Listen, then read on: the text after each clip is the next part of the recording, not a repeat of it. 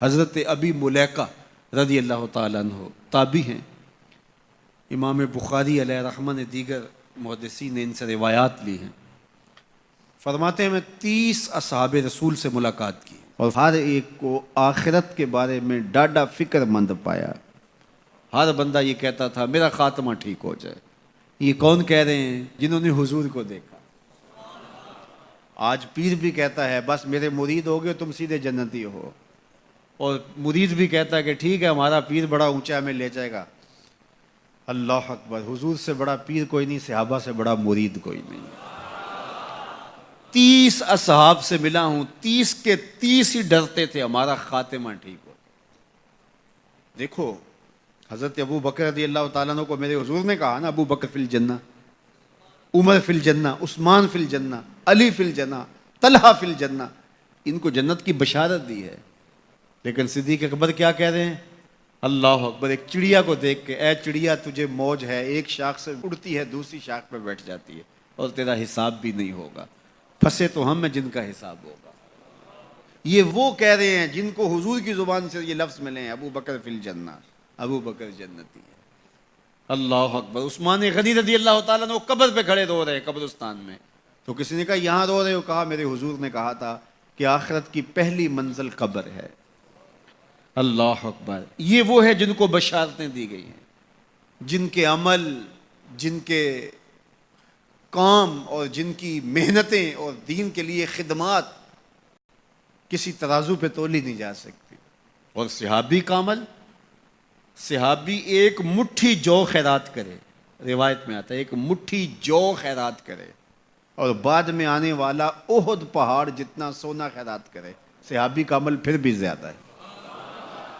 15 kilometre پہ پھیلا ہوا پہاڑ، اتنا سونا کسی کے پاس ہوگا ہی نہیں، حکومتوں کے پاس نہیں، لیکن فرض کرو کسی کے پاس ہو، پھر اتنا جگرا بھی ہو کہ وہ خیرات بھی کر دے، لیکن اس کا اجر پھر بھی صحابی کے مٹھی بھر جو خیرات کرنے کے عمل کو نہیں پہنچ سکتے۔ اور ابو بکر وہ ہیں جنہوں نے مٹھی جو خیرات نہیں کیے، سارا گھر خیرات کر دیا۔ کتنا اجر ہے، لیکن پھر بھی کہا کہ چڑیا تجھے موج ہے، ایک شاخ سے اڑ کے دوسری شاخ پہ بیٹھ جاتی اور تیرا حساب بھی نہیں ہوگا، پھنسے تو ہم ہیں جن کا حساب ہوگا۔ یہ وہ لوگ ہیں جن کی زندگیاں تقوی میں گزری۔ تتجافا جنوبہم عن المضاجع، ان کی کروٹیں بستروں سے الگ رہتی تھی۔ ہم تو جی بھر کے سوتے ہیں، لیکن ان کی کروٹیں خوف خدا کی وجہ سے بستروں سے الگ رہتی تھی۔ طمع اور خوف میں رب کو پکارتے تھے۔ حضور کے جمال جہاں آرا کو جی بھر کے دیکھا، اور بشارتیں حضور کی زبان سے نصیب ہوئیں، پھر بھی ڈر رہے ہیں۔ تو ابھی ملیکہ کہتے ہیں کہ میں 30 اصحاب سے ملا ہوں، ہر شخص ڈاڈا فکر مند تھا آخر ٹھیک ہو جائے، انجام بخیر ہو جائے۔ یہ واقعی بڑی مشکل منزل ہے، منزل کو پہنچے لوگ برباد ہو جاتے ہیں۔ بلعام بن باورا کی مثال ہمارے پاس نہیں ہے، تھا مستجاب الدعوات ولی، لیکن لڑک کے کہاں جا پہنچا، زبان کی لغزش نے اس کو کہاں تک پہنچا دیا، پھر زبان لٹک گئی اور کتے کی طرح مٹی چاٹتا تھا۔ اور قرآن نے کہا مثلہ کمثل الکلب، اس کی مثال کتے کی مثال ہے۔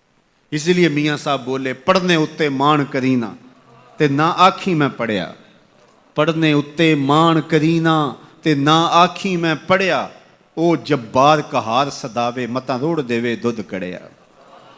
جب تک یہ یقین نہ ہو کہ میرا انجام کیا ہے، دھڑکا لگا رہے، ڈر لگا رہے، یہ مومن کی زندگی ہے۔ ہر وقت خوف طاری رہے، یا اللہ میرا انجام ٹھیک کر دینا۔ رنگا رنگ سہیلیاں پرن کڑے، پر پریا اس دا جانیے جس دا توڑ چڑھے۔ کہاں کہاں پہنچے لوگ، یہ خود عزازیل شیطان چپے چپے پہ اس نے سجدہ کیا تھا، حتیٰ کہ مقبول بارگاہ ہو گیا۔ زمین کا کوئی کونا نہیں تھا جہاں پر اس نے سجدہ نہیں کیا تھا۔ عبادات اتنی کی، اللہ نے مقبول کر لیا، بیت المعمور کا امام بن گیا، اللہ اکبر، فرشتوں کا استاد بن گیا، معلم الملکوت بن گیا، جن ہونے کے باوجود فرشتوں کا امام اور مقتدا بن گیا۔ لیکن ایک لغزش نے کہاں پھینکا، قیامت تک لعنتیں برس رہی ہیں۔